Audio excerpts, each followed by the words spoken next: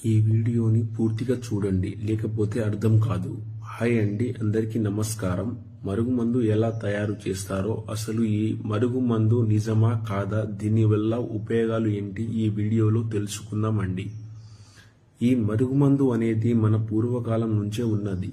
ఈ మరుగుమందు వల్ల ఉపయోగాలు ఏంటి అంటే, భార్య గాని భర్త గాని అలాగే ప్రేమికుల మధ్య సమస్య ఉండి అమ్మాయి అబ్బాయి మాట వినకపోవడం, అమ్మాయి మాట వినకపోవడం, అత్త కోడళ్ళ మధ్య సమస్య, తల్లిదండ్రుల మాట వినకపోవడం, పిల్లల సమస్య, వీటన్నిటి మనం మరుగుమందు ద్వారా అరికట్టొచ్చండి.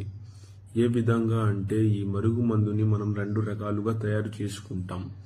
స్వయంగా మా దగ్గరే తయారవుతుంది. అందువలన ఏ చిన్న సైడ్ ఎఫెక్ట్ కానీ ఇలాంటి చిన్న ఆరోగ్య సమస్యలు ఉండవు.